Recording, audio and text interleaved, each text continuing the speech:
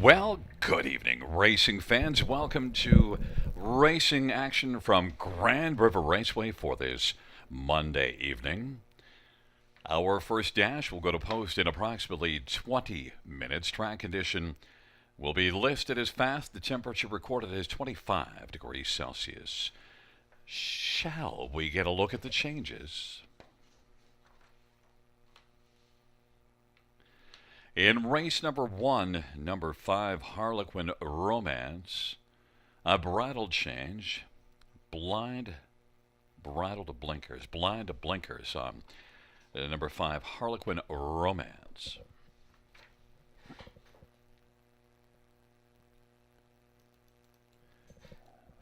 Race number 2 has no changes. No changes, race number 2. Race number 3. Note that number 3, Shadow and Red's Honey, has a missing line. And it is from the 26th, 10th, beaten 14 and a quarter lengths in 154 and 4. 10th beaten 14 and a quarter in 154 and 4. Note that number 4, Clothing Optional, stripped Garrett Rooney from that drive, and it'll be Natasha Day. Natasha Day will drive for Clothes Optional. Races 4 through 8 have no changes. No changes, races 4 through 8. The 9th race scratched is number 2, Lord Anthony. Race 9 scratched to Lord Anthony.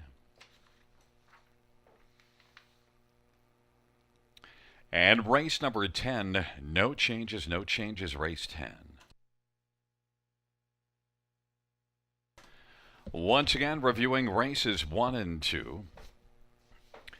In race 1, 5, Harlequin Romance, a bridle change, blind bridle to blinkers.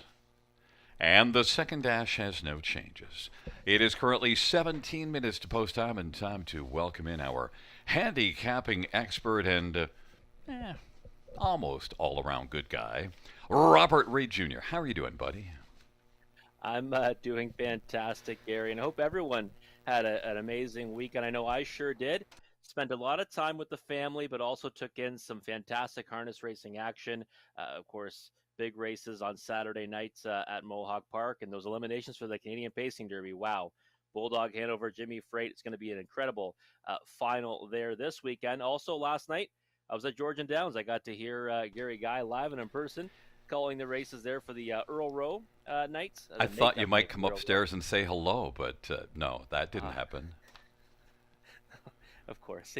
Now I feel bad, but you I should. was quite busy. I was quite busy throughout the night, Gary. I got there, had to do interviews before the broadcast for Costa TV, and then was on the desk all night with Greg Blanchard, and then had to do the one afterwards. And I'll be honest, when it all ended, I just had to get home and get some sleep. I was actually at Center Island all day baking in the sun before that. So, Christine, do we have some violin music for Rob? Absolutely, Gary. But in any event, fantastic job calling the races last night there at George and Gary, and Fashion Frenzy was just lights out, right? He was an incredible winner once again, and that's going to set up, the Maple Leaf Trot now, right? He's one of the main contenders of the Ontario Breds that will be taking on some very, very stiff competition in the Maple Leaf Trot this weekend at Mohawk Park. So I had a real fun-filled weekend. We didn't get to race, obviously, a Friday night because we had that beautiful breakfast at Grand River Raceway on the Saturday morning. But we've got a full week this week, Monday, Wednesday, and Friday, full week of action, and I'm looking forward to it. And it all starts tonight with a 10-pack that finishes off with a nice filly and mares preferred in the finale. So real nice wagering sequences throughout. And as always, Gary and I, if he's still talking to me, will come back and break down that pick 5 wager at about 8 minutes to post.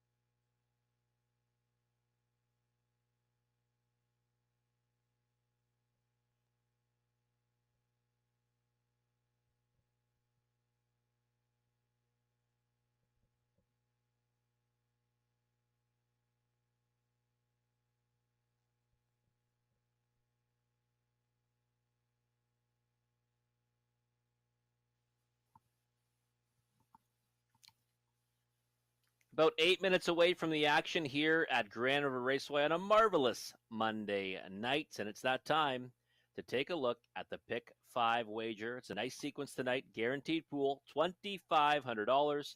And let's see what I've mapped out for you this evening. And for me, I'm going to start off with a single. I really had a hard time looking past the 5 Harlequin Romance. She was so fantastic in her first start over this surface on August the 22nd. And, prior to that was kind of, almost picking up shares in some races at Mohawk Park. We've seen that move work so many times this season with horses on the cusp of doing things on the big track. They come here and they perform very well. And I just thought it was so strong an effort that she can come right back and double up in the same class tonight. Don't want to use too many here because I want to be able to spread out in the middle. See a lot of 5s on my sequence now that I look at it again, but maybe that's hopefully going to set up a trend tonight. Race 2, I do think it's obviously 2-year-old trotters, but I think there's 2 that stand out. I'm using both the 4 Stonebridge Icing and the 5 Leading Resolve, who's another one that was a giant winner in their latest here at the River. That was on August the 19th. Race 3, 3 deep for me with the 1, 3, and 5. I do give the edge to the 3 Shadows and Red's Honey, maybe even Streaky Coco after that. But I'm going to throw in the 1 Einhorn's Finkel. Love the draw for that one and getting back to the River. I think she'll need a real favorable trip, but she might just get it from that spot with Colin Kelly aboard. So 1, 3, 5 in race 3 for me.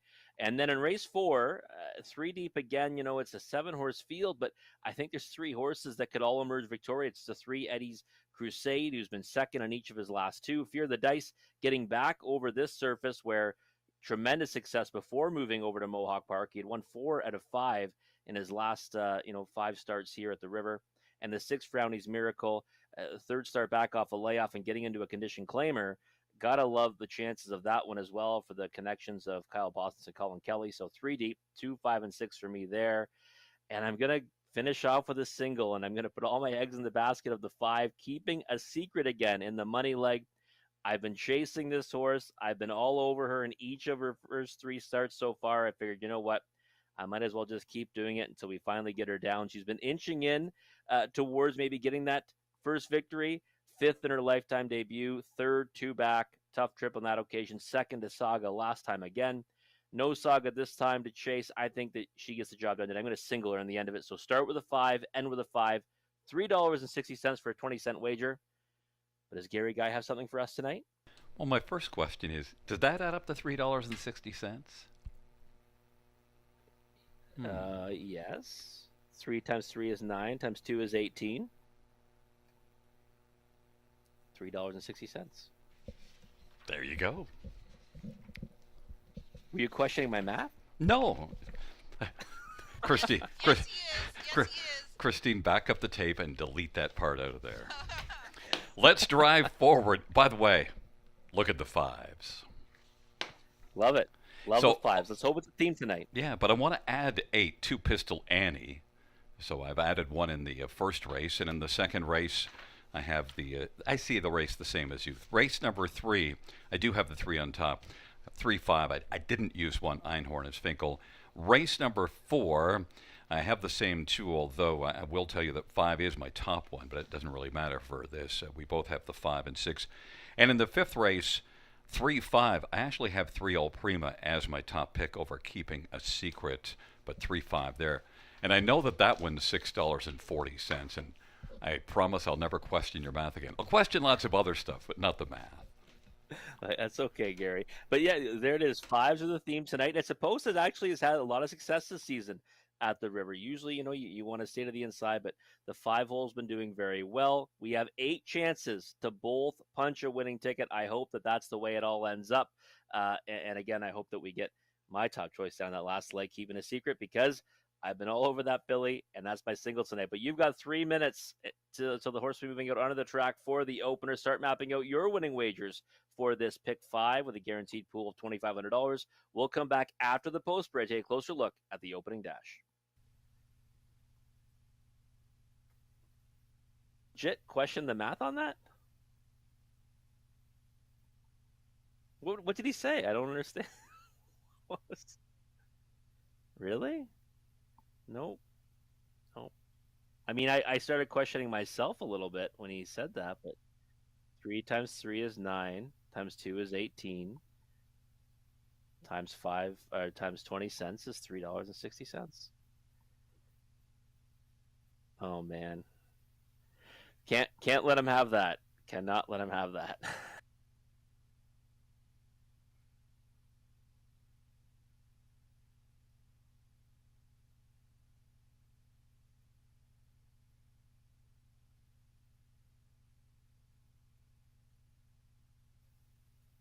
Someone just said my mic was on for that.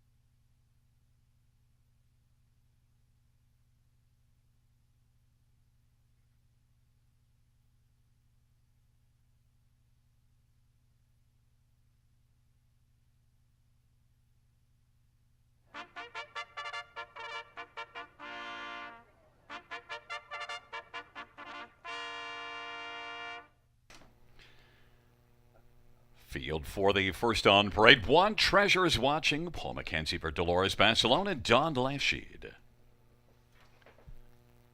Number 2 is Ms. Liz C. Tell the board for Ashley Lenvoy and Gino Toscani.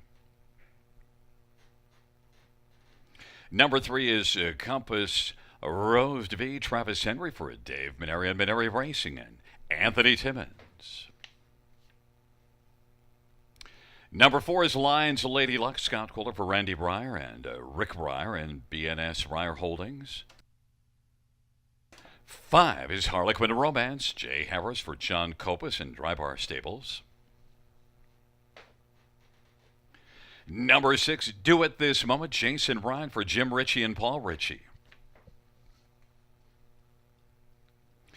Number 7 is Best Show, Samuel Filya for Ashley Lenvoy and Gino Toscani. And number 8, 2 Pistol Annie, Colin Kelly for Julie Robinson and Brenda Subwin Waxman and Tess Waxman. Field of 8, race number 1 is we're set to get rolling here on this fine evening, and we're already having a lot of fun. We've learned a couple of things this evening. We learned that Robert works really hard when he's at the track. He doesn't have time to come see the announcer. And we also learned that 3 times 3 is 9. So let's learn something about Harlequin Romance. Well, I thought she was fantastic in her latest Gary. I mean, she was a big time winner. I watched the replay. She was under complete wraps, 57-3. It was her first start over this surface. Like she's kind of looking like she's warming up. It kind of had a bit of a nod there for a second, a little bit concerning, but I think she looks a little bit better now, anyways. 6-5 on the board, nothing too appealing about that, but a good spot, I think, to start off with a single here, right? You two horses that were dominant in their latest in this race. One starts from post 5, one starts from post 8. One has flashed speed off the gate, one has not really. And we know the difference between those posts, right? The 5 hole wins at an 18% clip, and we know the 8 hole does not. So I can do think that math. On that alone, you've got to give the edge to the Harlequin Romance. I think that math is 0%. It is 0%. How about number 6, Do It This Moment? Could you find a way to get this one into the win spot, or at least is that the right one for the exactor ticket? I mean, I think that Do It This Moment has the biggest reason to improve, and that's why I really wanted to put this horse underneath and put her underneath in a spot that I thought we might be able to get some value. Last time, she certainly finished the mile with pace. You can see that back half's pretty solid. It's 57-1. No chance from the 7 hole, was way back at the quarter pole, and got in a little bit of traffic trouble. But I just think that she's got a license to be better this time around. She's got that start under her belt. She's 12-1 on the board right now. The one thing I hate about my picks for this race, Gary, is that I'm on the outside 4 horses. Right, I had to kind of go back and rework it a bunch of times to make sure that I was okay with that. But I did think that Do It This Moment might be the one to, number one, use underneath to try to get a price in. And maybe even if you want to upset the 5, I'd look in that direction as opposed to going to the outside of the gate and taking a short price. Well, number 8, Two Pistol Annie, despite post position 8, has to be used somewhere on the ticket. Well, I agree with that. I thought the last effort was obviously a real good one. She won by as much as she pleased, almost 7 lengths. She had post 6 on that occasion. Again, you think, okay, she's not sliding out too far out to the 8 hole, but we know the difference. I mean, it is nearly impossible to win from out there, and we've only seen it, I think, once the whole meet.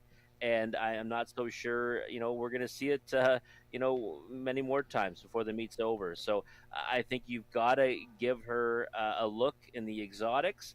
I just think it might be too big of an assignment tonight to think she can win from out there. 2-1 to me. We don't usually see horses go off at this low of a price from out there, even off of impressive efforts. So I think it's a bit of an overbet at this point. And number 7, Best Show, is offering a nice price at 21-1, especially when you consider all the speed you see on the program on the big track.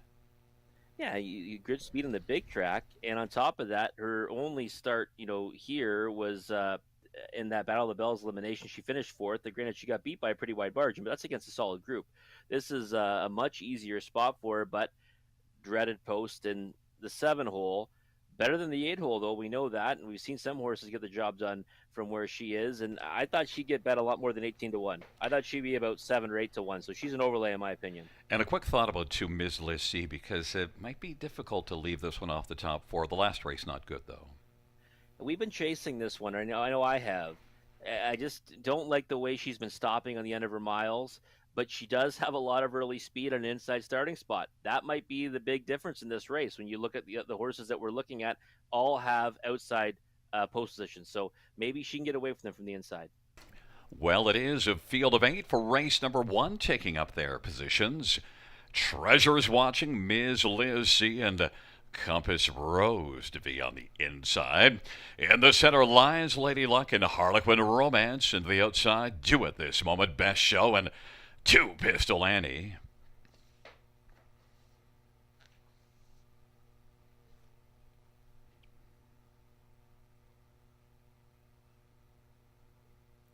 It's a field of 8 for race number 1. And Ms. Lucia's gone off stride. Lions Lady Luck, Harlequin Romance, and Treasures Watching. Two Pistolantes got a fire from the outside as they work on around the turn. Harlequin Romance, Treasures Watching, and Two Pistolantes going to get away third and get over to the pylons. And Lions Lady Luck and Compass Rose de V do at this moment in Best Show. Harlequin Romance leads as they race on to the opening quarter and is 3-5 on the board right now. Harlequin Romance has a lead of about 2 1/4. Treasures Watching is racing second. Then Two Pistolante is racing third. Then a gap of 4.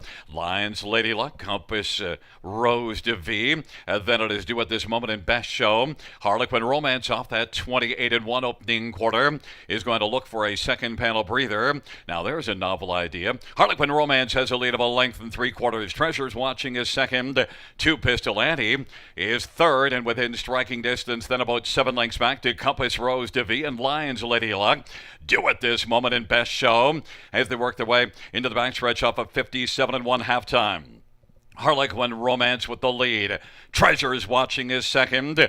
Two Pistolante is third and is about 3.5 off the front. Harlequin Romance, Two Pistolante now has got the guns firing and is blazing on the outside. It is Harlequin Romance and Two Pistolante coming on as they race by 3/4. Two Pistolante and Harlequin Romance. Two Pistolante has now taken over 3/4, 1:26-2. Two Pistolante and Harlequin Romance now gets a little rough, and Treasures Watching is third, and Compass Rose de V is racing fourth. They turn on down the stretch drive, and it is Two Pistolante who is going to gun down the field in race number 1 and take it by a comfortable margin. Harlequin Romance is second. Compass Rose de V is third, and then Treasures Watching fourth, a mile of 1:55 flat. Well, it's not 0% anymore, Rob. No, it's not. We just saw our first winner on the pace from post 8, the entire meet, which is pretty remarkable. We've seen it on the trot. We have not seen it on the pace of yet, but Two Pistolante, I mean, wow, what an impressive winner. She got away third, Gary. You know, you called it right. You know, from out there, left out hard to get a good spot off the gate. That was the key, right? She had to be in striking range. And then when she came first over, she was gone. I mean, Harlequin Romance had no answers for her. And it did see that she was having a little bit of trouble in the turns. I mean, she actually blew one of the turns where she ended up probably with the 4 or 5 path for a moment before getting back down to the pylon. So I don't know if, all is perfect with her right now. Still a decent enough effort to, but no match for Two Pistolante. Well, and Harlequin Romance still was a decent second, but here's a novel idea. Take more than one horse in the first leg of the pick 5.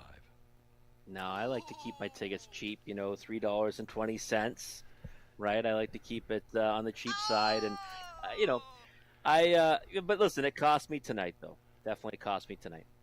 It was fun for me, though. Well, listen, Two Pistolante, you can't take anything away from that effort. I mean, and listen, she was fantastic last time as well, but you would think that the post is going to be just too big of a challenge for her, right? But certainly she showed good foot off the gate and was loaded with pace in the end of it. And we do have a couple of favorites, right? Rounding out that exacta. But after that, there's some prices to help the try in the super pay. Compass Rose de V, first to start for Dave Maneri, and you'd see it in the back half of the qualifier, 60-1. Yeah, 60-1 getting on there. You don't usually see one, for the Maneri barn come over here, and one that is probably supposed to be well meant. The daughter of Always Be Mickey, decent enough qualifier, but nice effort for her first time out. We'll probably see her take a step forward in her second start. Well, it's 8-5-3-1. Top 4 coming back in front of us is number 8, Two Pistolante, a 2-year-old Lazarus Brown filly owned by Brenda Selwyn Waxman and Tess Waxman. Julie Robinson is the trainer, and Colin Kelly, the winning driver. Second win for Two Pistolante, 1:55 flat. That's a new career mark.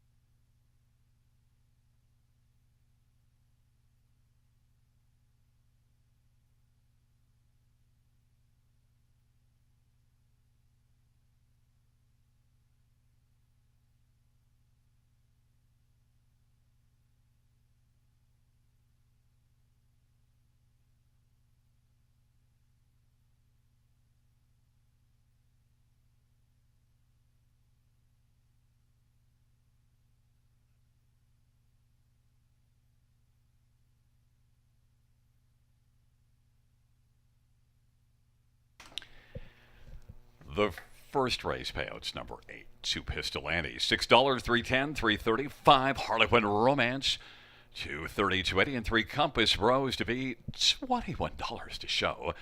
$2 Exactor, $10, $70 Try, $57, $30 Super, $565.20.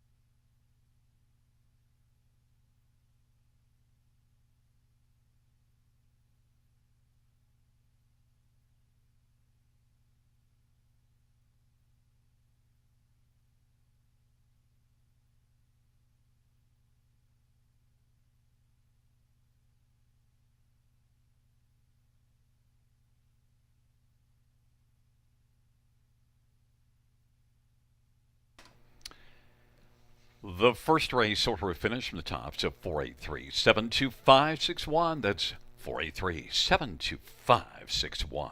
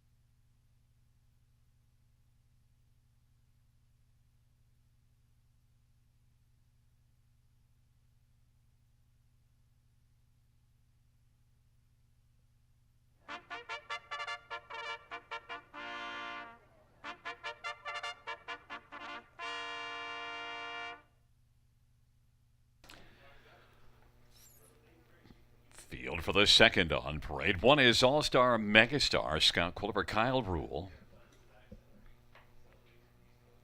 And number 2 is Mistress of the Dark Blair Burgess for RAW Equine James Walker. 3 is Flow Rider Mike Saptic for Sean Stacy and Natasha Stacy. 4 is Stonebridge Icing Samuel Fillion for Luke Blaine Determination. Number 5 is Leading Resolve Bruce Richardson for John Holding and Morley Bosworth. And number 6 is Pave the Way, Tyler Jones for Mariel Enberg and Charlebos Christoforou and Irvin Holdings Incorporated. Field of 6, race number 2. We get the 2-year-old trotters in here, and a 2-year-old trotter at 3 to 5 on the board. Sometimes that's not the right way to go, but Leading Resolve certainly looked very good here last time out. Yeah, he was fantastic last time. Even in that start, Gary, we kind of mentioned 5-hole, 2-year-old trotter and a horse that has made breaks in the past.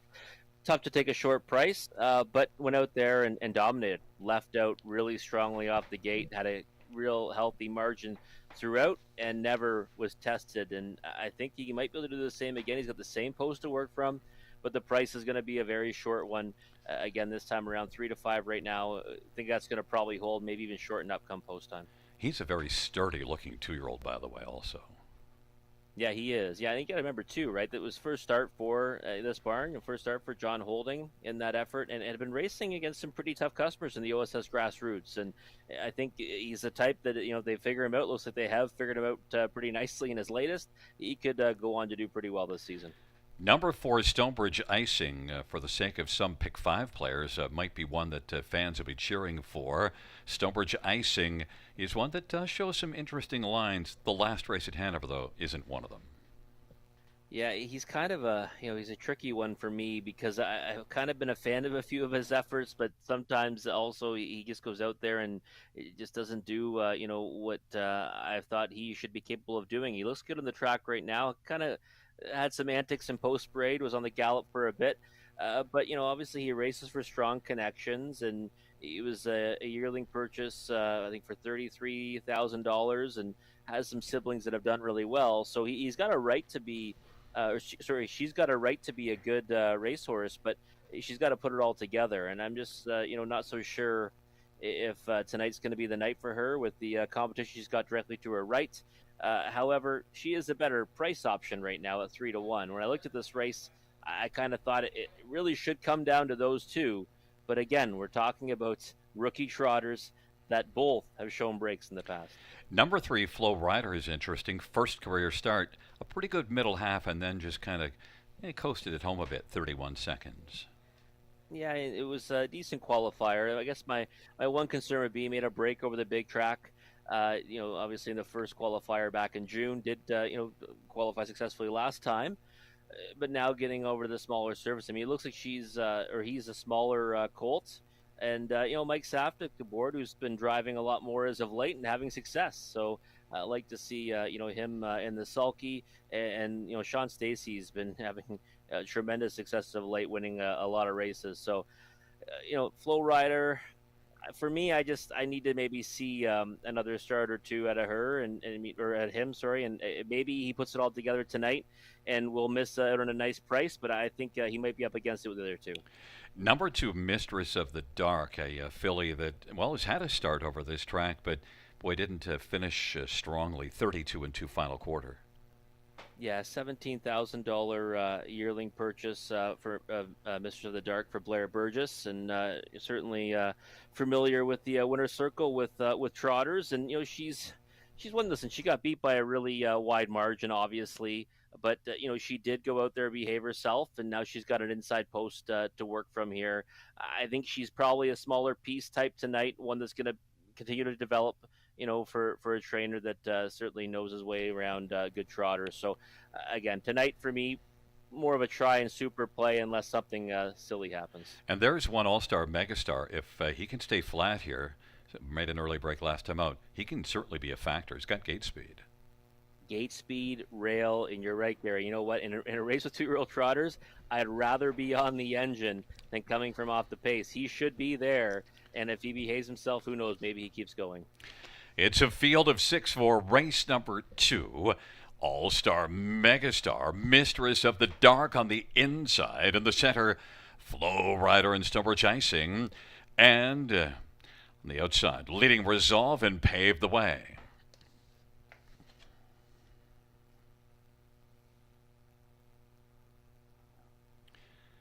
Field of 6 for race number 2.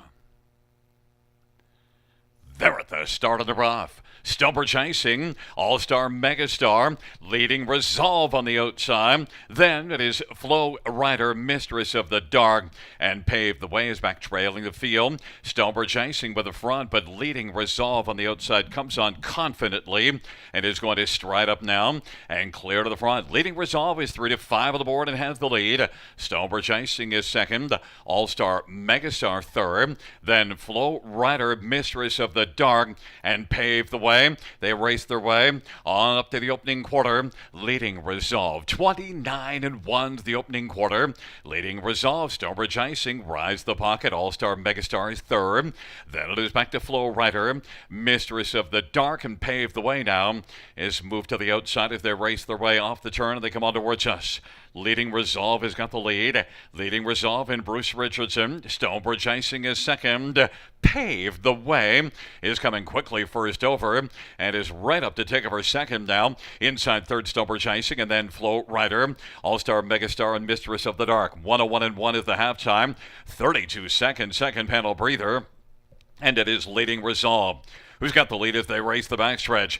Pave the Way on the outside is only about a head off the lead and is forcing the issue against Leading Resolve. And Stonebridge Icing is racing third. Flow Rider is within striking distance and gets closer on the outside. And then it is back to All-Star Megastar and Mistress of the Dark. Pave the Way by a nose, but on the inside, Leading Resolve is fighting back. And Leading Resolve and Bruce Richardson, a couple little taps there, but still sitting rather comfortable looking in the bike is Bruce. And Leading Resolve has got a lead now of about a half a length, 3/4 in 132. It's Leading Resolve leading to the top of the stretch. Pave the Way drops back a bit, and Stonebridge Icing is driving through on the inside, and it wide is Flow Rider down the stretch where they come.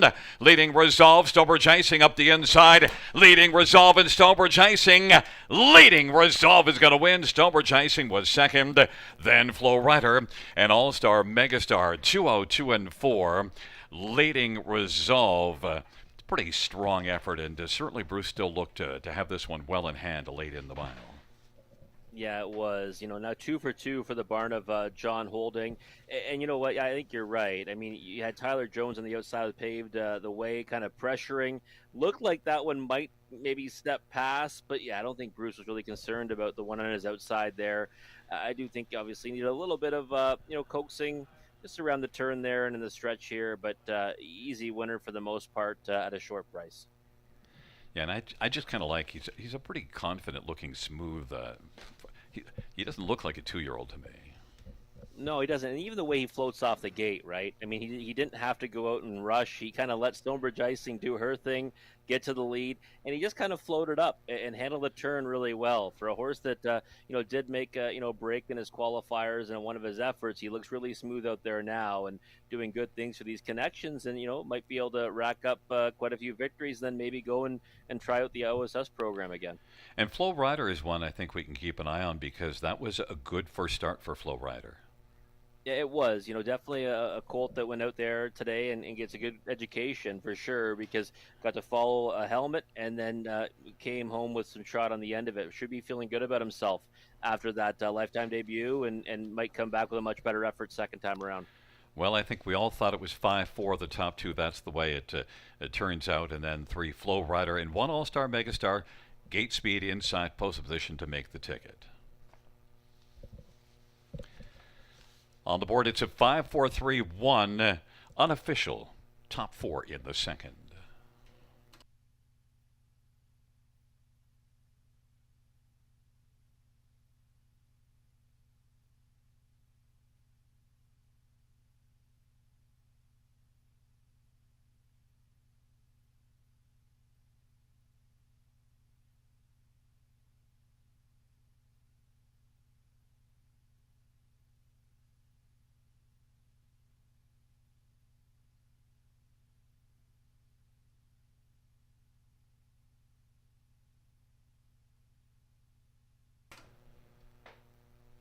Coming back in front of us is the winner of the second race. It's number 5, Leading Resolve, a 2-year-old Resolve bay gelding, owned by John Holding and Morley Bosworth. John Holding is the trainer. The winning drive, second for Leading Resolve, Bruce Richardson.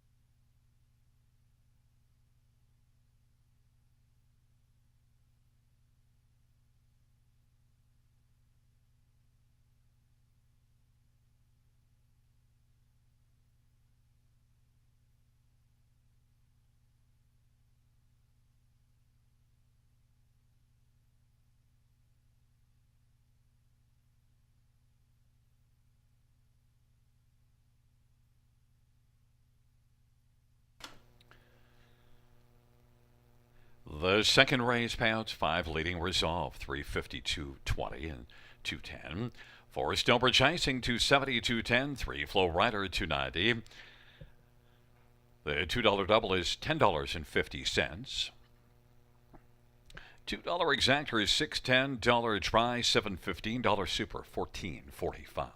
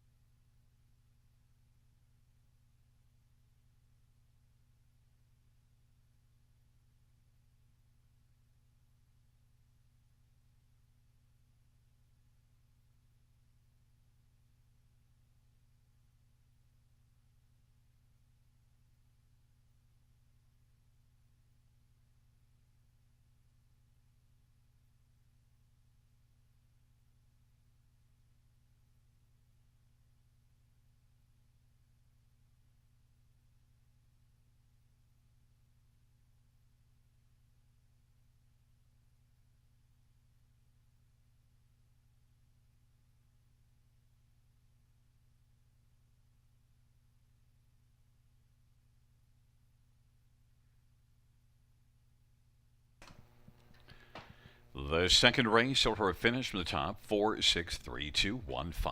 That's 463215.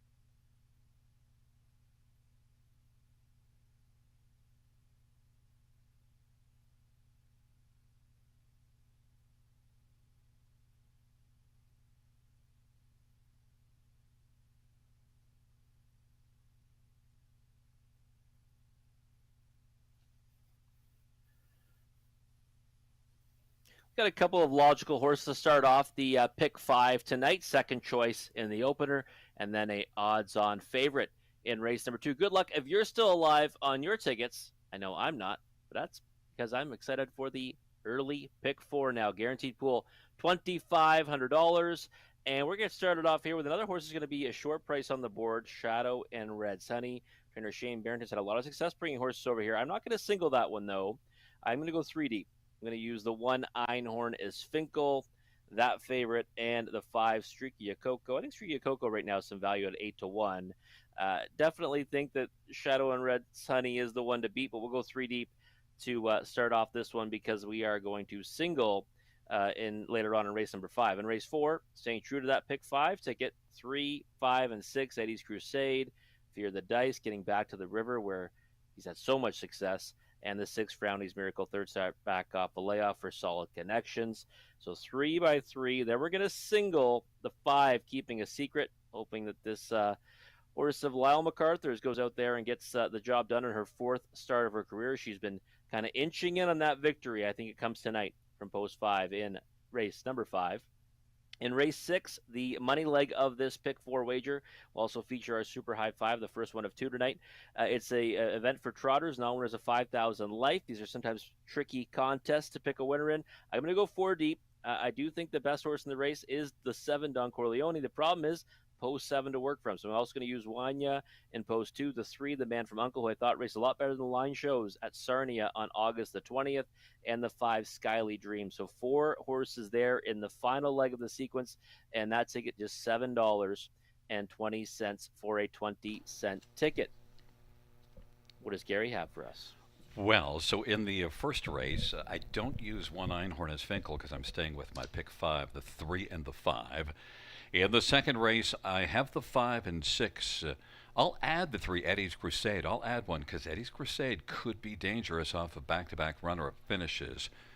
So we'll add that in. And then in race number 5, the 3 and the 5, all prima, keeping a secret. And then over to the final leg, and I'll go the 2, 3, and 7. I like the 3, the Man from Uncle, to win it, but I'll go with the 3 there. And so 36 combinations. Is that correct? $7.20? I think it is correct. And it gives us 18 chances? 18 chances to both punch a winning ticket? Well, that's bad. Not so bad. No, that's terrible. Well, for a guy like me who hopes we both win, and, you know, the good team player that I am, I love that, Gary. I hope we both punch a... Listen, I need it. I'm dead in this pick 5. We need to get a nice multi-leg wager score here. Let's hope it's in this pick 4. Starting in just a few minutes, folks. Guaranteed pool $2,500. Start mapping out your winning wagers right now. We'll come back after the post for a closer look at race number 3.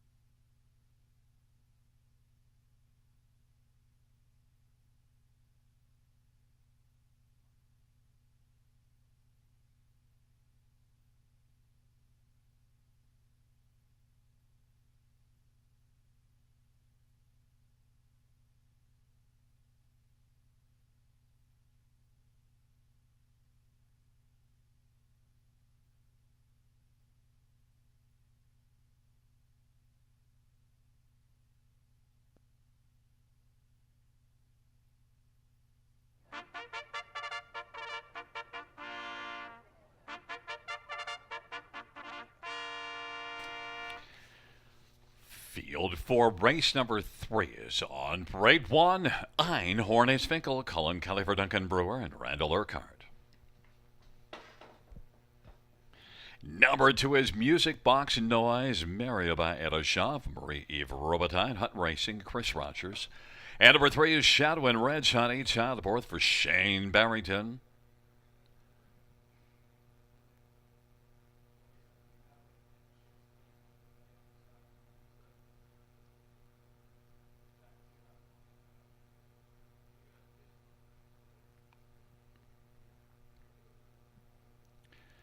And a 5 is Strika Yokoko, Samuel Filia for Danny Fontaine and Mark Sear.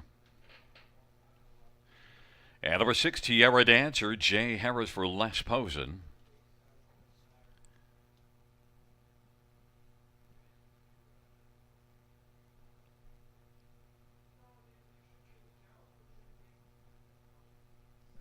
Number 7 is Ace 44 Money, Scott Coulter, Steve Coulter, and Colin Densley Burrows. Number 8 is Lola Sunshine, Jason Wright for Scott McNiven and Thomas Broadhurst and Donald Douglas and Bradley McNiven. 9 is Cheddar's Delight, Brett Madonna for Bud Sinclair and Linda Richardson and Lindsay Sinclair. And number 4, Clothes Optional, Natasha Day for Sean Hyatt and Kyle Stretch. Let's get a look at this field for race number 3, and we'll start with number 3, Shadow and Red's Honey, on the board at even money. That missing a line, I guess people are saying, so what? 10th beaten 14 and a quarter, 154 and 4, but now gets away from Mohawk to try things here. Yeah, definitely. Gets away from tougher competition. That effort was a non-winners of 3. So I mean, that's a long way away from this group. Non-winners of 15,000 life. I guess the problem for me is I put her on top because the success that Shane Barrington's been having over this oval and hooking up with Tyler Borth in a lot of those victories. She draws inside this time. I don't think she should be 6-5 though. I thought she should probably be more like around 2-1 or something like that. So I think the price right now is too short, in my opinion. I do think that if she follows a pattern of many horses and getting over here to softer company, she might blow this field away. But I think it's also one of those ones where you look at the recent form and say she also could theoretically not even hit the ticket. So it's kind of an interesting race in that way, Gary. And number 5, Strika Yokoko, is one that just never seems to get love on the tote board relative to her real chances. And again here, 6-1 on the board. Yeah, Streaky Coco, right now not taking really the support that I think she deserves in here. She's been one that's been knocking at the door for victories as of late. Was a winner on July the 4th, and non-winners of 5,000 life. And a horse that has gate speed can come from out of it. She looks sharp on the track tonight. I kind of said it when I was breaking down the pick 4 ticket. I think she was a value at 8-1. I think she's still a value at 6-1. As long as she goes forward off the gate, she could end up in a real nice spot. And I think she can, handle this group with her best. So I'd say right now, if I was making a win wager, there's no question it would be on her at 6-1. But I do fear that we're going to see that price shorten up come post time. And 2 races ago, Colin Kelly drove Einhorn Finkel from post 1 at Georgian Downs, almost a winner. Yeah, and that's the thing. You look at that effort there, and you say, how does that match up against this group? I think it matches up pretty well. Beyond that, you see those 15,000 condition claim airlines, and you say, okay, well, I usually would kind of steer clear of one, maybe coming from that class to then open company non-winners of 15,000 life, but it might be, kind of a parallel move and not too much tougher from there. And that effort 2 back should put her right in contention tonight. Love the fact that she has the rail. She's got Colin Kelly back aboard, and if she blasts off the wings of the gate for position, she could be in the garden spot. And 4-1's not, a terrible price. I might want a point or 2 higher. I do think the 2 favorites deserve to be the 3 Shadows and Red's Honey and the 5 Streaky Coco. And at number 2, can she make some noise in here? I think so. I think Music Box Noise is one that should be able to get away off the gates and maybe just sit on the pylons and get a piece of it, right? Good post to work from. 10-1, pretty solid number on one that could land in the exotics. Well, it's a field of 9 for race number 3. And they're taking up their positions. Fillies and Mares on the pace. Einhorn is Finkel, Music Box Noise, and Shadow and Red's Honey on the inside of the center. Clothes optional. And Streaka Yokoko to the outside. Tierra Dancer. Ace 44 Money and Lola Sunshine. And the second tier, Cheddar's Delight.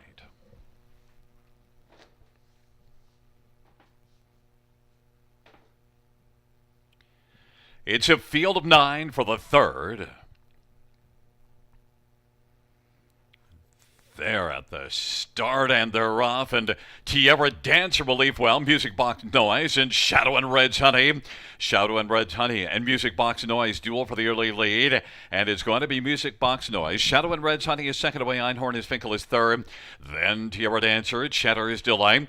Clothes Optional is racing sixth. Streaka Yokoko seventh, and Ace 44 Money and Lola Sunshine and Shadow and Red's Honey, the 2-5 favorite.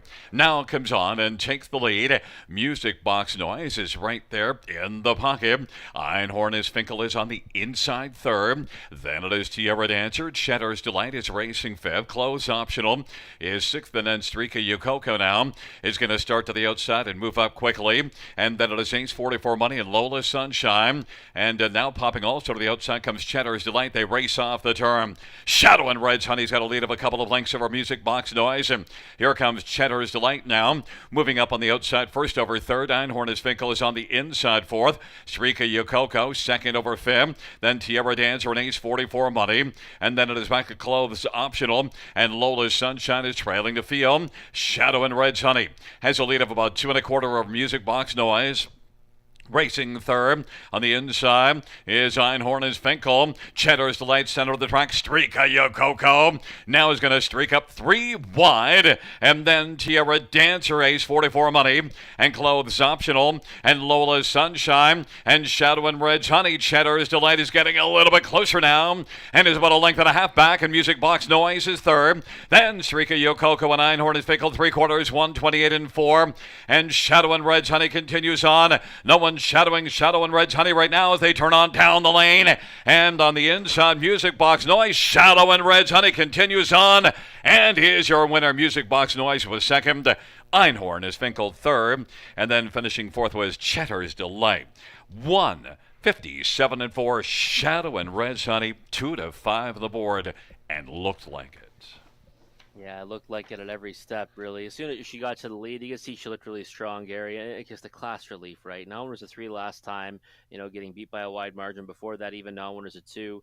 It's just, much tougher competition she's facing tonight. And we've seen these connections come here and do really well with these type of horses. So, yeah, much the best in there, 2-5. Nothing too sexy about the price, but the performance was a good one. Well, it's just such a solid performance. But look I'll tell you, Music Box Noise, that's a one to keep an eye on because that was really a good overall effort. Certainly one to build on. Yeah, it was a game effort from that one. Got away well off the gate. I mean, she's shown speed before, hasn't been able to utilize it lately. But, did get away in the, 2-hole, ended up in the 2-hole anyways. So the favorite maintained that position. Did have that challenge on the outside. Cheddar's Delight never really challenged the leader, but did look like maybe that one would be able to move into the second spot. But Music Box Noise came back, and held her position to the wire and did so, pretty easily over the rest of the field. She was clearly the best of the rest. And I should mention that Manic Monday's third choice was 9 Cheddar's Delight, 35-1. 35-1, nice effort too. Didn't miss out on third by much either. No. Did not miss out by third and battled first over a long way and was doing so against, an odds-on choice. So Cheddar's Delight 35-1 on the board. Next time around, one we probably want to keep an eye on, especially if maybe she can get a softer trip.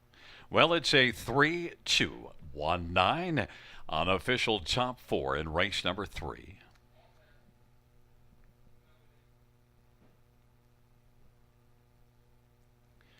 Coming back in front of us is number 3, Shadow and Red's Honey. 4-year-old Shadow Play Brown Mare. Owned by Max Stable, trained by Shane Barrington. Tyler Borth is the winning driver. It's the first win this year. Third lifetime for Shadow and Red's Honey. 157 and 4.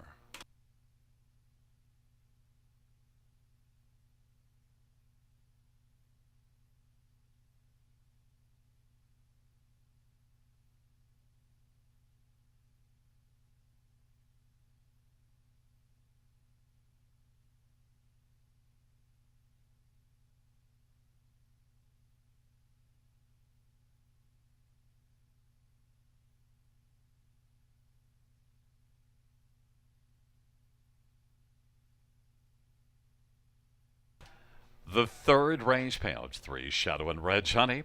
290, 250, 210, 2 Music Box Noise, 710, 421. Einhorn is Finkel, $3. $2 exactor, $14.10. Dollar try, $18.60. Dollar super, $400, 25 cents.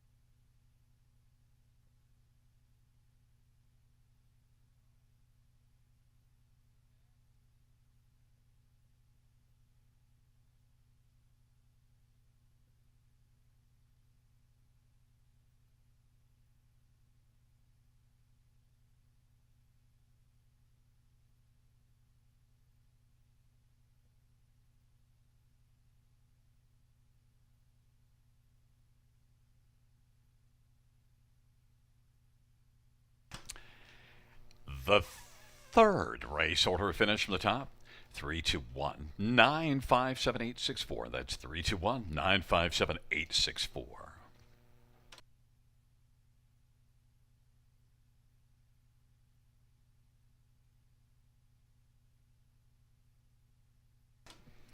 And fans, while we have a moment, like to send a shout out as Ray Roworth has got some company with him this evening from Manchester, England. Like to welcome Michael, Jeanette, Jackie, and Tony. They're visiting from Manchester, England. Hope you enjoy your night at Grand River Raceway.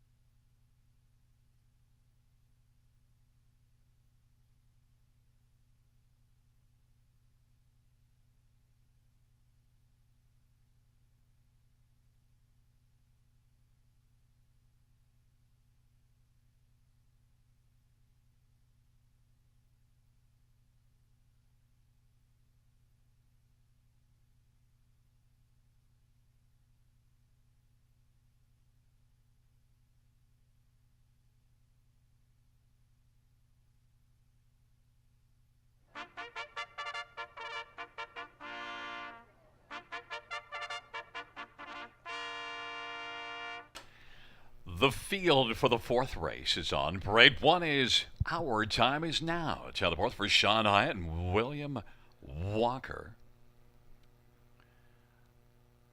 Number two is La Playa Deo. Paul McKenzie for John Lougheed and Dorian DeJong. Number three is Eddie's Crusade. Jason Ryan for Anthony Beaton and Hunt Racing. And number four is Up Joey's Credit. Bruce Richardson for Jacob Roberts. And five, Fear the Dice. Brent McDonough for Rachel Andrew. Number six, Frowny's Miracle. Colin Keller for Kyle Bossens and Dale Batts. And number seven is What a Way to Go. Scotty Kohler for J.R. Plana, Michelle Letarte, and Jean Allaire. It's a field of seven. Race number four. Let's get a look at this field. And, well, first up, we're going to talk about Rob's top pick, number six, Frowny's Miracle. Colin Kelly and Kyle Bossens. And you know what? I think Colin might be able to get this one off the gate. Yeah, I think so too. Frowny's Miracle is one that has gate speed. Now, post six to work from, but I don't think you should have much trouble getting forwardly placed against this group. And the thing is it's his third start back off a layoff, and has been racing an open non-winners of 30,000 life against some tough customers. Shadow Moon Rising, two back. Last time stopped the shooting, and now in against condition claiming companies. So I thought that he might be the value, the alternative to Fear the Dice in here. Did not think the margin would be this big though, 4 to 5 to 7 to 2. It's interesting. It will be interesting to see how it holds up come post time. But I think right now he is the value on the board at that price. Well, and I guess people remember what they saw of Fear the Dice the last time. Well, the last few times he was here. In fact, won 3 in a row here and looked really good. In fact, winning once from the trailer post and managed to get to the front. The other time, getting to the front from post 7. Yeah, he did just get to the front, either like from the trailing post. He got there before the quarter pole, which is a rarity, right, Gary? It's not easy to do. Like you said, also, completely blew him away on the engine from post 7 in his most recent effort here at the River. He won 4 to 5 over this service before going over to Mohawk Park, where in the first leg of a pop-up series for condition claimers, he raced pretty well to finish second to Big Ace. And then, in his next couple, finished sixth, including the final, where that rival went on, to win again. So I think that, Fear the Dice has to be respected in here.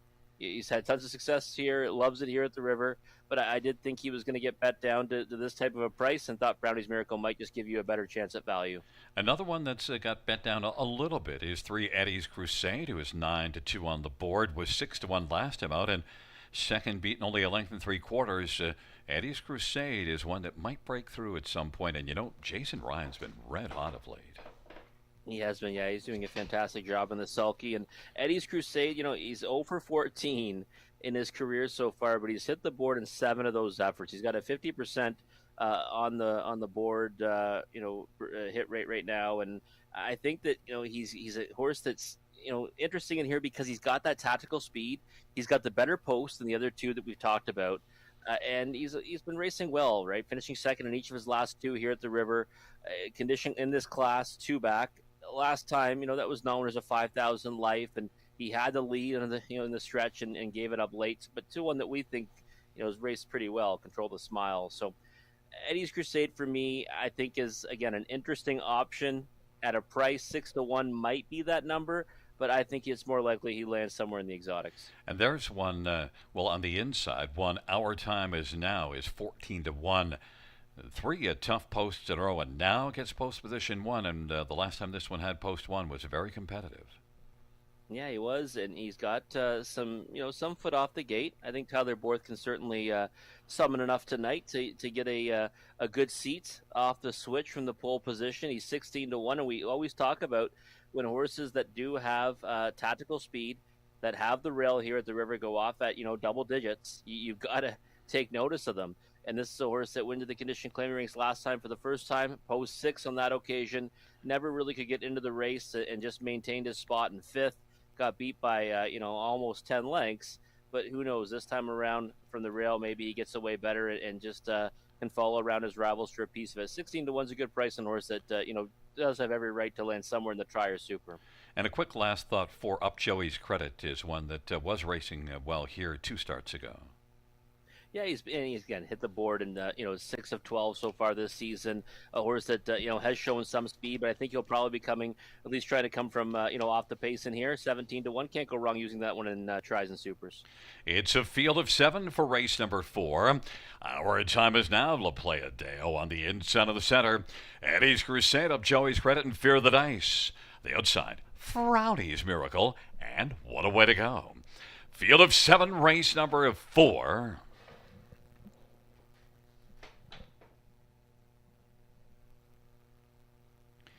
Field for the 4th race. Is at the start of the rough. Fear the Dice and Frowdy's Miracle, the first couple to drive out.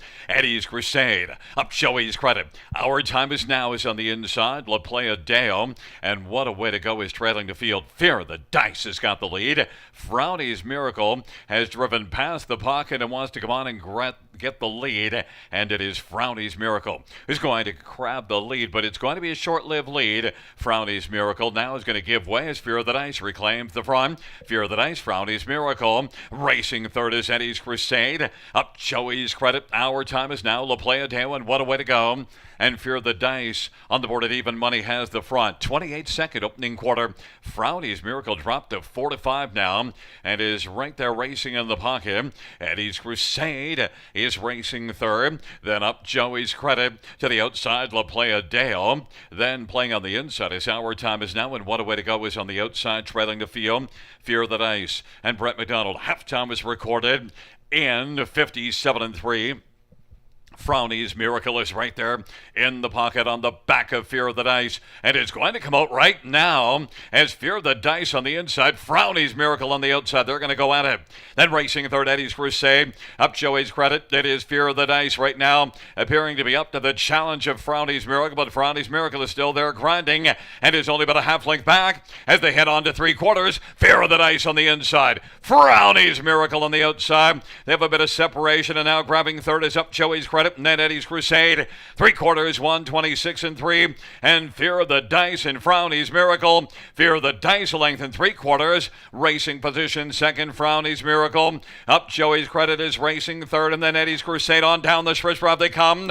Fear the Dice and Frowdy's Miracle. Fear the Dice continues on. Fear the Dice. No Fear was the best. Frowdy's Miracle second. Then it was Up Joey's Credit and La Playa Deo 156-2.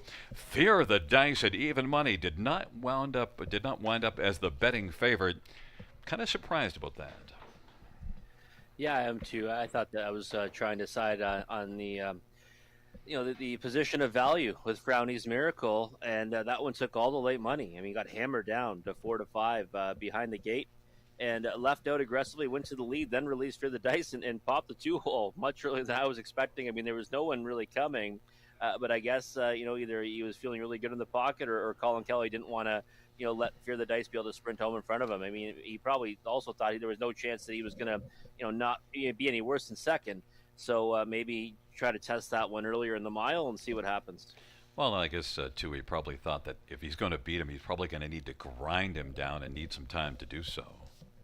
Yeah, and it just wasn't happening tonight. I mean, Frowdy's Miracle gave a nice effort to be second, but, Fear the Dice, 3 in a row over this surface, 4 of his last 5 coming into this, and now chalk up another victory. It is a 5-6-4-2, 4 Up Joey's Credit, the last one we talked about.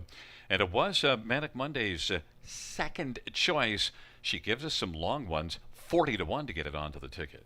Yeah, another bomber gets right in there on the trifecta there. You know what? He was kind of looming dangerously on the turn for home as these two were kind of battling it out and not doing each other any favors. But I think just the other two were just too much pony for him, but still finished third at 40-1. There's absolutely nothing wrong with being third best when those two, 5 and 6, Fear the Dice and Frowdy's Miracle. One to keep an eye on, though. Next time out, you won't get 40-1. Back in front of us is the winner of race number 4. It is number 5, Fear the Dice, a 3-year-old Fear the Dragon. Big gelding, owned and trained by Rachel Andrew.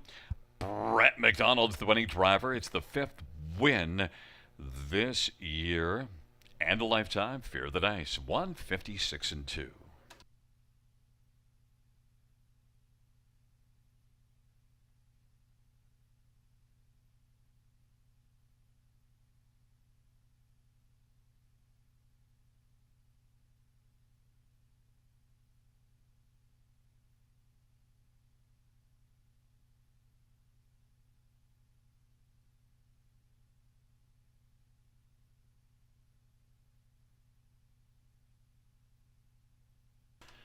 The fourth race payouts 5 Fear the Dice, 410, 240, 220, 6 Frownies Miracle, 210, 210, 4 Up Joey's Credit, 730. $2 exactors, $7 $10 try, $25 dollar super, 107.50.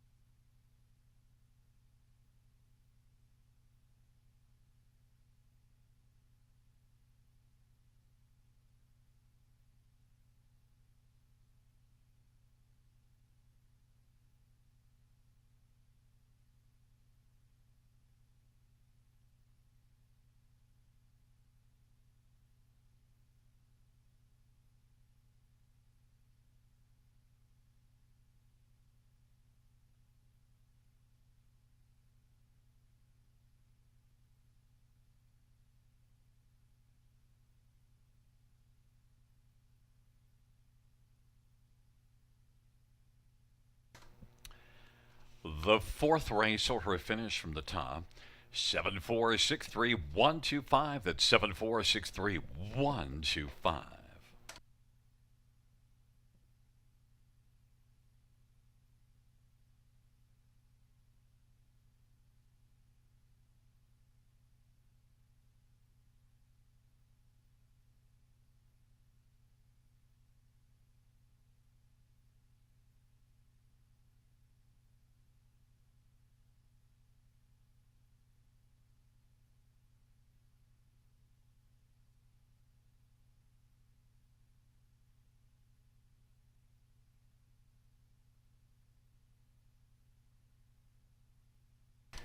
And by the way, fans, you know whose birthday it is? You know who's turning 40?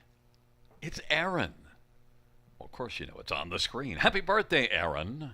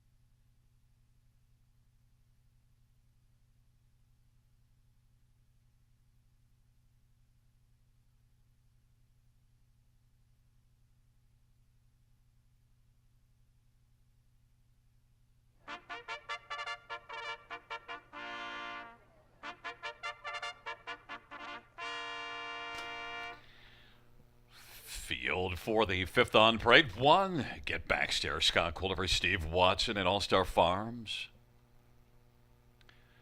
Number 2 is Lily United. Jason Ryan for George Graham. Number 3 is All Prima. Paul McKenzie for Melissa Lamoureux and a numbered company from Ottawa.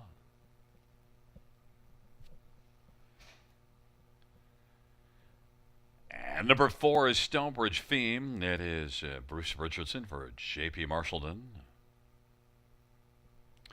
5. Keeping a Secret, Lyle MacArthur, Linda Wellwood, and Tammy Aspen. Number 6, Some Cameo, Sylvain Lacaille for Bruno Lacroix and Vincenzo Stranges.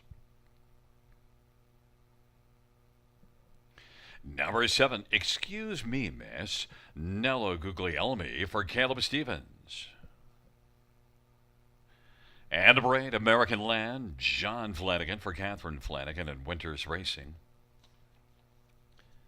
And 9 is Bunny Mansion, Colin Keller, Kyle Bossent, and Brad Gray. Let's get a look at this field, and we'll start with number 5, Keeping a Secret.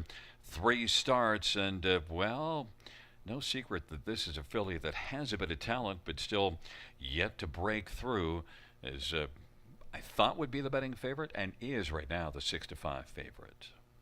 Yeah, I think she merits that respect, Gary. I mean, obviously, my top selection, a horse that I singled as well, and I mean, hoping that price goes up from there. But I'm not sure I'll get much higher than 3-2 on her. She's been, knocking at the door in her last 2. She was first over almost the whole mile. Well, actually, she was first over the whole mile, 2 back, before finishing third to Saga, and then last time was beaten by just over 4 lengths to her after being in basically cutting her own mile for most of the race. So I just think that this field there's not a lot of depth to it, and I think she certainly can emerge victorious if she gets handled aggressively. Number 3, All Prima, is my top pick in here, and yet is 0 for 19 in the win column, but. And then another negative. Made a break last time out, but was racing well at Hanover before that break. Yeah, and I think that she's obviously the main danger, and if you're looking from a value perspective, probably the one that you'd want to land on at 4-1 versus 6-5. A good post to work from, and the efforts have kind of been knocking at the door, similar to that of Keeping a Secret. Just that she's had a lot more chances, right? And she's only got a runner-up. Finished the show in the top 2, and of course 5 third place finishes.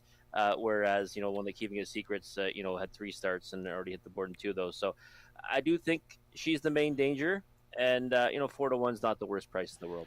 Number 9, Bunny Mansion's one that shows the ability to race from a little bit off the pace and has the trailer post, and it's Colin Kelly and Kyle Bossens.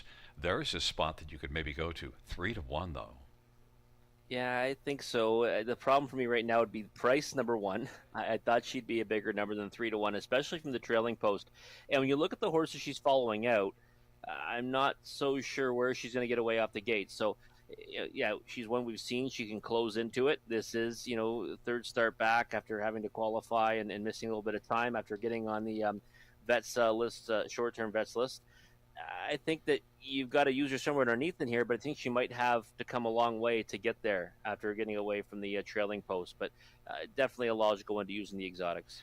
Number 2, Lily United, raced reasonably well here. 2 races ago at a long price.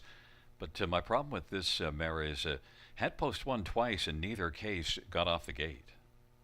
That's what we were just talking about, right? You look at the 2 horses leaving right in front of Bunny Mansion, and neither one of them really show a lot of gate speed and have had inside starting spots and haven't really got away with all that much vigor off the switch. So Lily United, I thought that effort here was a good one. That's why I thought she might be the one to use underneath at a price. She's taking more support than I expected.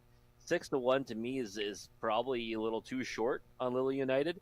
And last time Overland a long way before finishing 5th against, I guess a decent group at Kawartha. But I think, for her, she's got to just get a spot off the gate, try to grab onto a helmet and see what she can get. Again, 7-1's too short for me.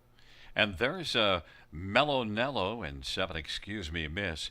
Is that just one start? Was beaten only 2 lengths in that one, though. Certainly has a tough post, but maybe one that you could sneak onto the ticket at a price. You know what? You kind of read my mind. I was looking at the odds board and thought this horse is probably the biggest value in the exotics, anyways, right? You got post seven, second start of her career. She's got a license to improve, and she could work her way into it against this group, and it probably will definitely help those payouts underneath. And as we say that, down to 6-1. So that You, value just got shriveled up. you brought the price down that much. Well, that's because your wisdom does move the board. Let's get a look at the field for the fifth, taking up positions in behind the gate. Get back stair, Lily United, and all prima on the inside of the center. Stonebridge Fame and keeping a secret to the outside. Some cameo, excuse me, miss, in American land. And the second tier, Bunny Mansion. It's a field of 9. Race number 5. Off stride some cameo, and all prima is driving out quickly with Lily United and Stonebridge Theme, and from the outside American land, they work on around the turn. Lily United has the advantage right now, and all prima is second in the early going. Then it is Bunny Mansion, Stonebridge Theme, and then Keeping a Secret is on the outside, and now has moved up and has found a seat on the pylons and is racing position 5th right now. Then it is Get Back Stair, excuse me, miss in American land, and they work their way on to the opening quarter. Lily United at 9-1 has got the lead. All prima in a prime position right there in the pocket. Just a length and 3/4 back. Bunny Mansion is 3rd. Then Stonebridge Theme, Keeping a Secret, is racing position to 5th right now. Then it is back to Get Back Stair and excuse me, miss as they race off the turn. And American land. But it is Lily United.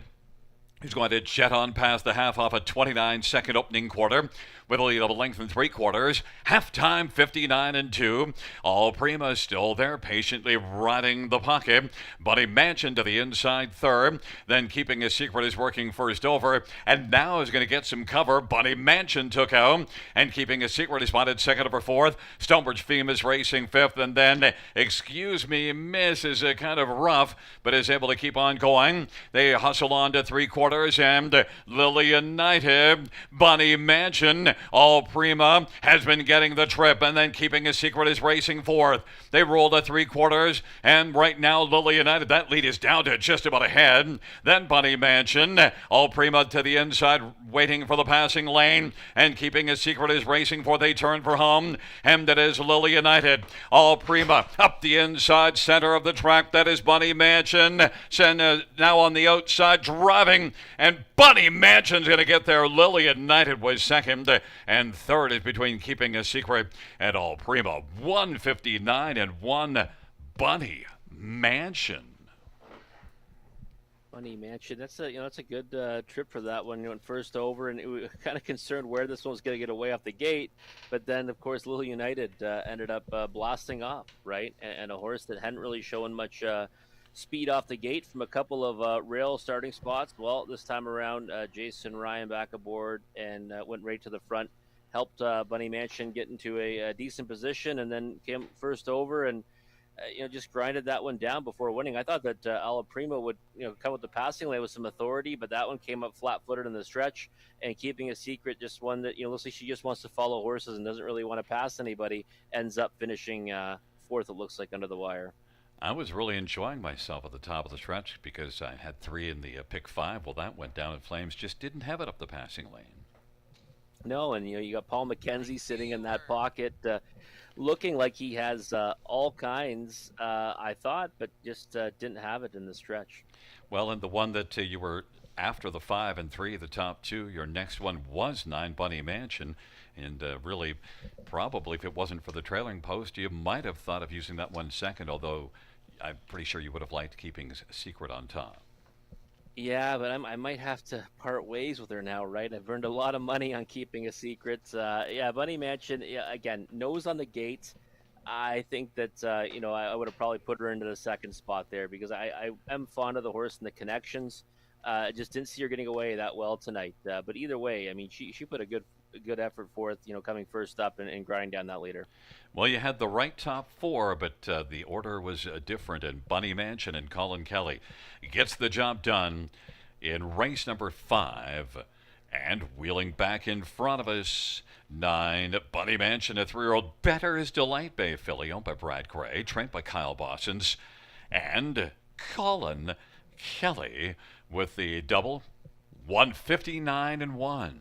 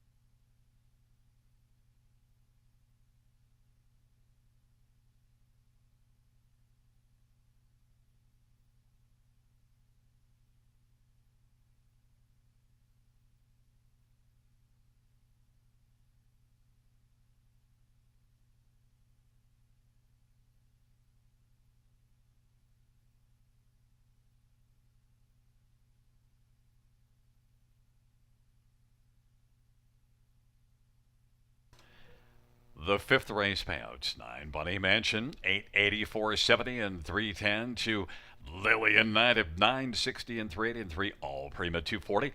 $2 exactor, $62.50 tries, 76.30. Dollar super, 156.35. And the dollar pick 5 of 5, 152.20.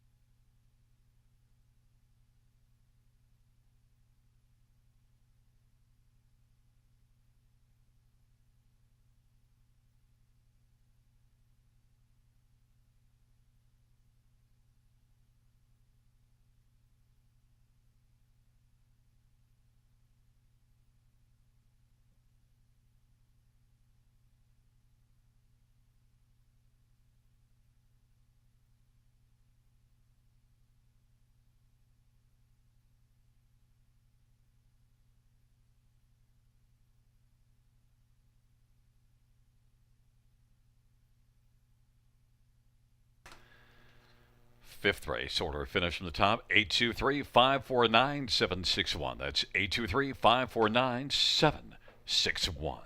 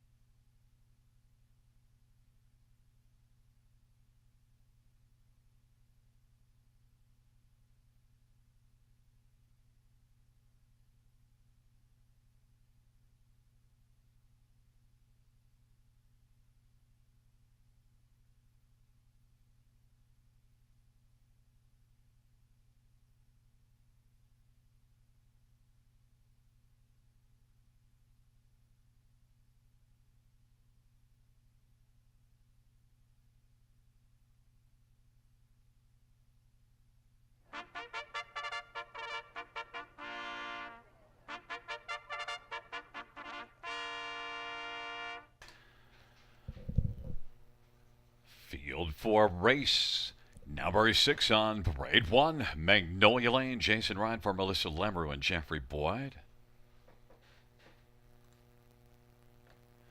Number 2 is Wanya Blair Burgess for Corinne Olsen Burgess and Sterling Fisher. Number 3, The Man from Uncle, Sky Calder for Dennis Morrissey. And number 4 is AJ Mirage, Eli Wagler for Adrian Dimmers and Jenny Dimmers. 5 is Skyly Dream, Sylvain Lekai for Kelly Duval Lekai. And number 6, Plans Change, Tom Smith for Jane Walker. Number 7, Don Corleone, Child Moore for Gary McDonald and Levi Kepfer. 8 is River's Dream, Natasha Day for Michelle Riviere. 9 is Delta Rose. George Large drives and trains and is the lessee. It's a field of 9. Race number 6. This dash features the high 5. And let's get a look at this field. And number 7, Don Corleone. The question is, 5-2. Is that a good enough offer from post 7? I don't know, Gary. I would say that this is a tough race. I really like anyone at a short price. I would say probably 3-1 where he is right now is probably the number I'd want to demand if I was betting him to win. But he looks really good on the track right now. Don Corleone looks really good on the track. And if you look at this field top to bottom, I think half the battle is going to be staying on the trot in here. Got a lot of horses that have several X's on their dance cards. And, I think that this one off that win last time should be confident. And he's a horse that might just be able to float off the gate and then, just continue to work his way into it. And last time he won by a wide margin, I wouldn't be surprised to see him come right back to repeat. Well, one thing, when you leave from the outside, if a bunch of horses go off stride to your inside, you can gain position a little more easily than just having to gun out. It does. We see that a lot in trot races here, where we have several horses that might be bad actors. And I mean, if one or two of them, make a miscue early, you're right. It makes it a lot easier to just beat several of them off the gate, maybe even go to the front. And he's one that has shown decent early speed off the switch. Well, talking about actors, a good actor was Robert Vaughn, the man from Uncle. But this one made a break 2 starts ago. But a much better acting performance last time out at Sarnia to finish second. It was, but Andy Moore kind of steadied him behind the gate. It was only a 4-horse field, and he was bet down to 3-5 odds on choice. Probably spotted the field 5 lengths or so, maybe a bit more even, and then kind of just kept on closing into it. Went first over again in a field of only 4 horses. Ended up finishing second to Duke Deo. It was a nice effort. I thought he raced really well. My only concern would be is if he's the type that kind of gets a little bit anxious behind the gate, and that's why he jumped it off 2 back. Getting bet under 9-5 in here, I thought he might be more of a value play. I think that if he goes out there and behaves himself, gets away well off the gate, probably the one to beat. But I'm a little bit hesitant at the odds right now at 9-5. Well, the one that was second to Don Corleone last time, Wanya, shows no X's on the dance card and also shows gate speed. And he opened a big lead. He really did. I mean, and I guess had a 4-length lead getting that second quarter breather as well. I thought he might be gone. He got caught by Don Corleone, still ended up finishing second. And Wanya's a horse that still yet to find the winner's circle through 19 starts, but an improving type. And on the board in 6 of 16 so far this season. Good post to work from. We know that he's got early foot off the gate, and he's probably the most sure-footed horse in the field here, where you see a lot of breaks. 9-2 on the board. I think that Blair Burgess will have this one up and at him early again, and should have every chance to be right there at the wire. And number 5, Skyly Dream, post 8 last race, parked early and still managed to score a third, with Don Corleone finishing second. Skyly Dream doesn't have a win in 23, but does have a couple of thirds in the past 3 starts. Yeah, those efforts were good ones, right? It just kind of depends. Will we see her, mind her manners tonight? I mean, she's got a good post to work from, as opposed to, 8-hole last time. Before that, the trailing post. Maybe that's why she made that miscue from that second tier. I think 12-1, she's a value play in here. I think she figures against this group, and she's not out of place. I think she's got a winning chance. Well, right now it is 3-1 for 7 Don Corleone, so just about at the ceiling of the price you'd want. I got 3, The Man from Uncle, at 6-5 on the board. And number 2, Wanya, certainly intrigues me. Is there anything else that you see right now on the tote board? Well, looking at the toe board right now, I mean, I look at it and I would probably, well, 2-1 on Don Corleone. Skyly Dream to me is the value at 16-1. I do believe that's the right price on that one. Probably even should be a shade shorter because when she stays flat, she can be right there with these. Well, we'll see how it unfolds. It is a field of 9 maiden trotters taking up their positions, and it is Magnolia Lane, Wanya, the Man from Uncle, on the inside. In the center, AJ, Mirage, and Skyly Dream. To the outside, plans change. Don Corleone and Rivers Dream. In the second tier, Delta Rose.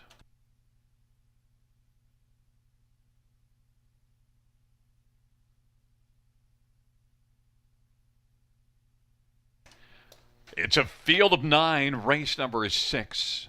Off stride, Magnolia Lane.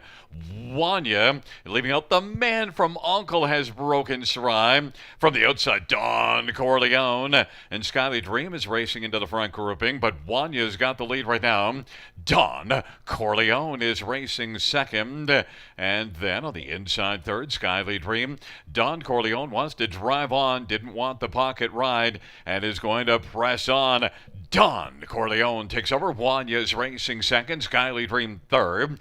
Delta Rose is racing fourth, and then plans change, and Rivers Dream. And they race on past the opening quarter in 30-2. Don Corleone's got the lead. Wanya is racing position second.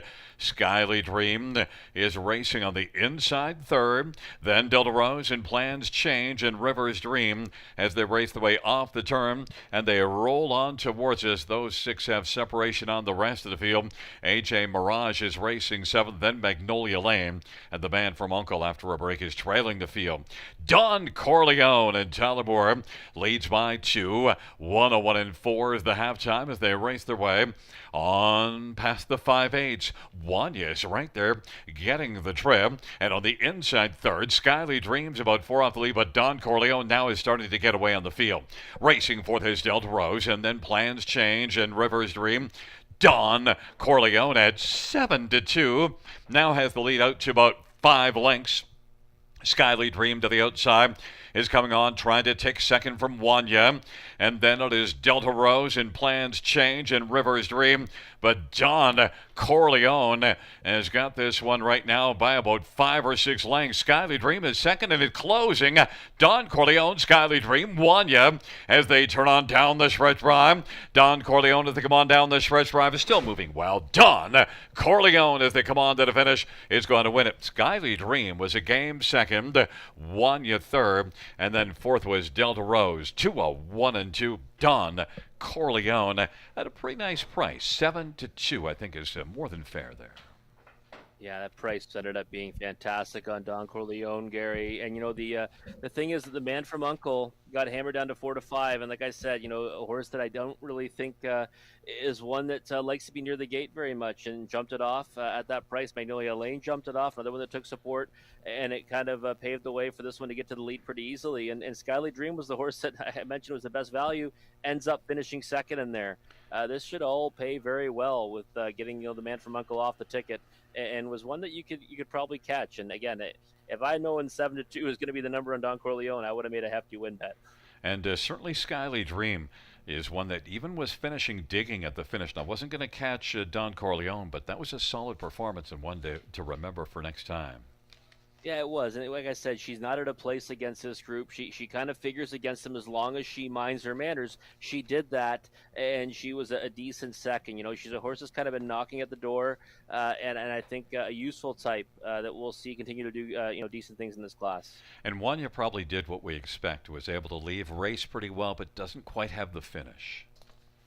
No, yeah, just a horse that has a lot of speed early. That's going to get a lot of prizes, but will probably need things to really go her way before he does get to the winner's circle. It's a 7-5-2-9-6 in the 6th race on the high 5. Mile was 2-1-2 for Don Corleone, and is going to be coming back in front of us Number 7, Don Corleone, is a 3-year-old muscle mass bay colt owned by Levi Kepfer of Millbank. Gary McDonald, the trainer. It's the second win for Don Corleone, 2 in a row. And the winning drive in race number 6 to Tyler Moore.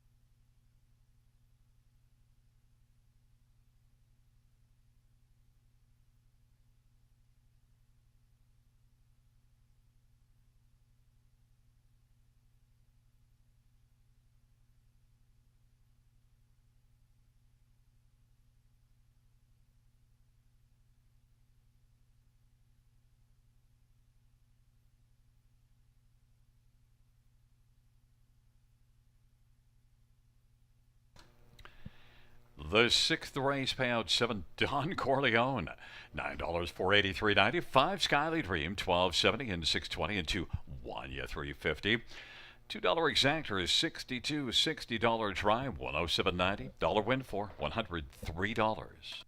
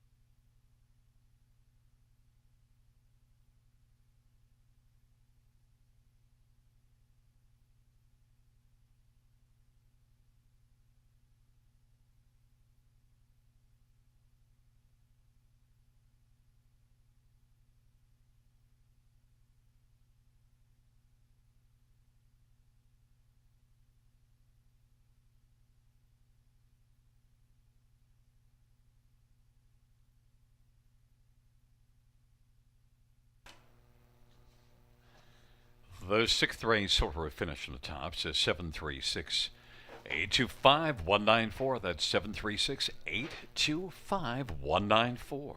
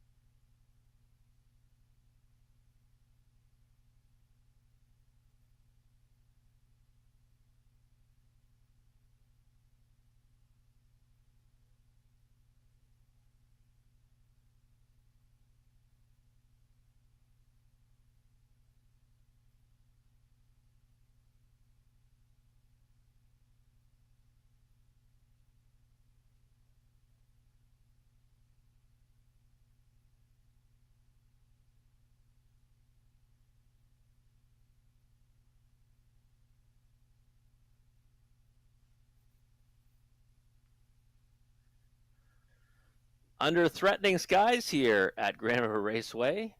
Skies starting to look like might be some weather coming here. Race 7 coming up. That is the start of our late pick 4. Nice to finally get a decent winner on the card for yours truly. Don Corleone paying very well at the end there. 7-2. Was not expecting that price, but we'll take it. Now we need to book a winner in this late pick 4 wager. And I'll get started here in race 7, and I think you can't really stray too far from the favorite. We're going to start off with a single here, and that single is going to be the 3 J120. I don't really see, how this one gets beat. Both of her last two, combined margin of over 10 lengths. Did it with James McDonald 2 back. Tyler Borth last time. He knows this horse well, and I think she goes out there, takes care of business tonight to get another victory. 1-9 on the board. Nothing too appealing about that price. Race number 8, we're going to go 4 deep. I think it's a kind of a competitive event. The inside two, I think both have a chance. Bit of luck in Capitano Italiano. Also using At the Beach Hanover. Think he might be a price play in there. And the 5 Sports Nation can be my top choice in race number 8. Race 9, the 2, 3, and 6. Well, the 2 is scratched, Lord Anthony. So we're going to throw him off and just go with the 3, 6. That's Night Watchman and DM John Wick. Night Watchman is one that I think should be able to blast out of there tonight from a better post position and might be able to get the better of this field if he can get to the pylons first and or maybe even sit a 2-hole trip. Either way, I think he is primed for a big effort in this spot. And DM John Wick, one that likes to come from off the pace. If there's speed up front, I think he's the logical one to get the job done. So we're 4x2 to start us off, and then 5 horses in the money leg. It is a really competitive looking filly and mares preferred. And these races are always tough because they assign posts to the horses that are the better ones in the race. I'm going to go 5 deep with the 3, 5, 6, 7, 8. I do like the 3 Beach Moment as my top selection. Think that she might be the first one to the pylons. She might try to beat them on the front end. If she does, she'll be tough to catch in there. Might be a price 10-1 on the morning line. So our ticket, single to start, and then 4x2 is 8 times 5 is 40 at 20 cents. Just $8 for a 20-cent ticket. But again, we're under some weather here at Grand River Raceway. Race 7 upcoming. Start mapping out your winning wagers for the late pick 4. We'll come back after the post for take a closer look at race number 7.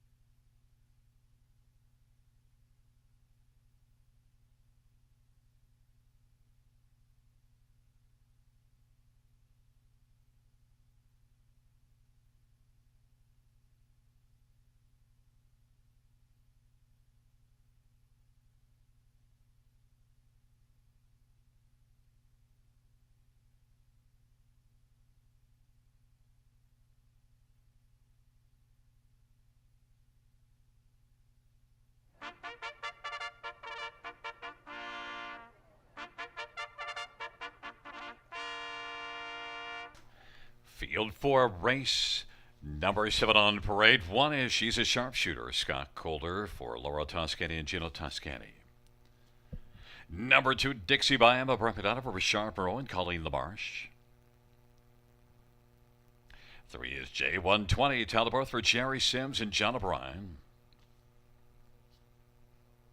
4, Big Lady J, Travis Henry for Cassidy Schneider and Bob Chappell. 5 is Wasega, Jay Harris for Les Posen.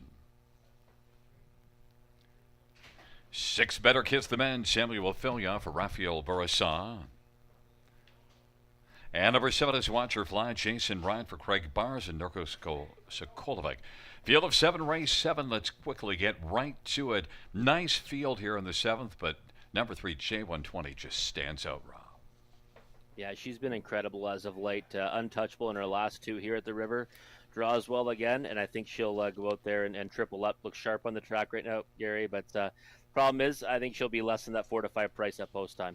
And number 4, Big Lady J, is one that, well, it's got 3 wins and a very competitive second in the past 5, but yet Big Lady J might have a difficult time comparing to J120. I think so. I think she might be overmatched in here. Big Lady J's turned in some really nice efforts over this surface. She's won 3 of her last 5, and in the top 2 and 4 of those efforts, she's proven she can win from off the pace or go to the front. I think she's a logical one to land underneath, but yeah, she's got her hands full tonight with that other filly. And number 6, Better Kiss the Men, 3 wins in 4 starts. A couple of dominant wins here in this class. Wasn't as good last race, but still, Better Kiss the Men has proven a lot. Well, and went off as you know the 3 to 5 favorite. With lightning in the area, we're gonna get going. Okay, with the 3 to 5 last time, right, for Better Kiss the Men. So a little bit of a chance to take back some value on that one. 2 to 1 on the board right now, and to me, I think that one you've got to use the exotics. And number 2, Dixie by Emma, one that you liked a few starts ago, but kind of have gotten off. She's been just okay. Yeah, she's been okay. I mean, 3rd in her last 2, and that's probably her ceiling tonight. I think probably landing somewhere in the trifecta of the Super. Inside post, try to sit a nice favorable trip and just get a smaller piece of it. And sits at 11 to 1. But the fans are on number 3, J120 at 4 to 5 of the board. And with weather in the area, the field is being moved in behind the gate rather quickly after the post parade, and they are taking up positions. She's a Sharpshooter and Dixie by Emma on the inside. J120, Big Lady Jan Wasega on the outside. Better Kiss the Men and Watch Her Fly.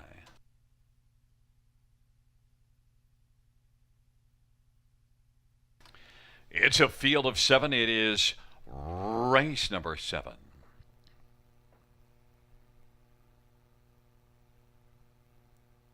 Field 4, the 7th race, is at the top of the stretch. The 7th race, fillies and mares, are at the starts.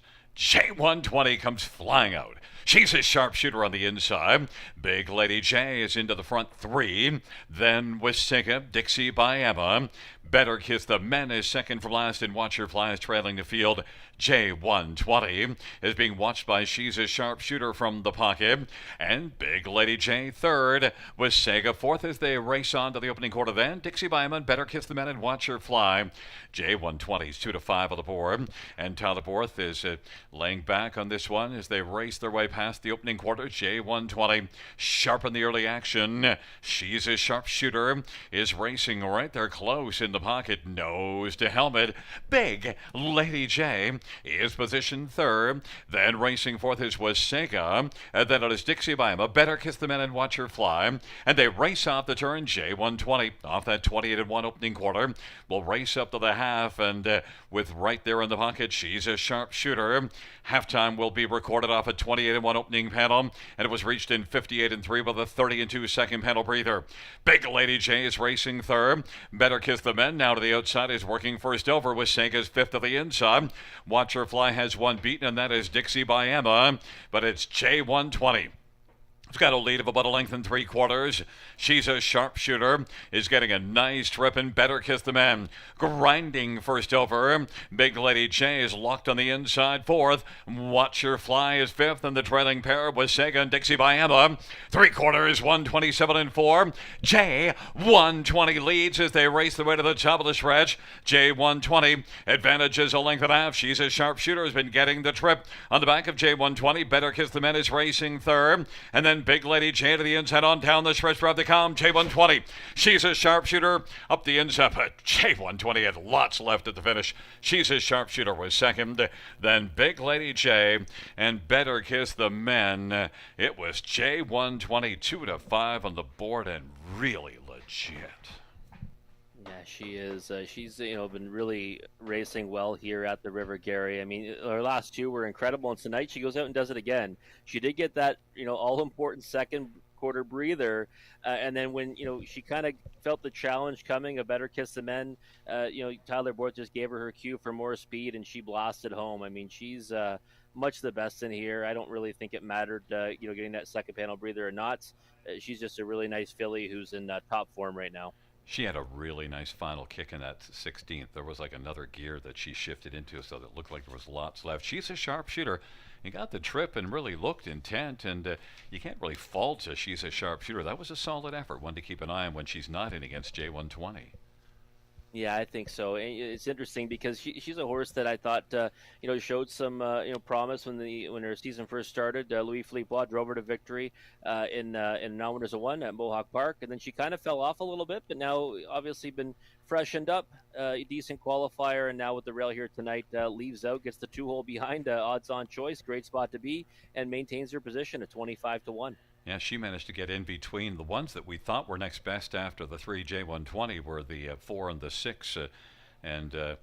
So she's a sharpshooter at 25-1. You won't be getting that price next time if there's no J120 in there. No, I can't imagine it. She'll likely take more support. Plus, that's first start back off a layoff. Next time around, she'll have this start under her belt. And like I said, she's been a useful type last year, 7 out of 14 in the money. So we'll be watching for her intently next time. And really, Better Kiss the Men did a lot of hard work in that race, too, working on the outside. Yeah, it's hard because she kind of has the disadvantage of being far back of that 58 and 3/2. She then started moving into the fastest part of the race, right? And ended up finishing 4th. But I think when we see her draw more inside, she'll get back to the winner's circle. Well, back in the winner's circle is number 3, J120, 3-year-old Artspeak Bay filly, owned by John O'Brien and Jerry Sims. Jerry's also the trainer, Tyler Borth. The winning drive, it is the 6th win this year in lifetime for J120.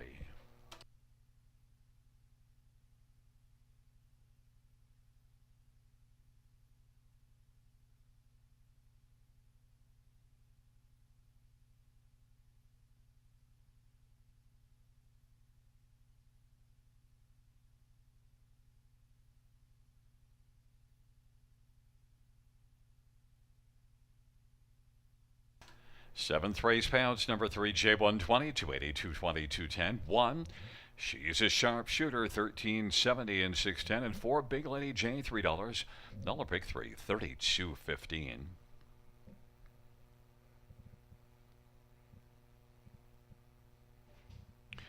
Exactor, 20.50, $2 ticket. Dollar try, 68.50. Dollar super, 256.40.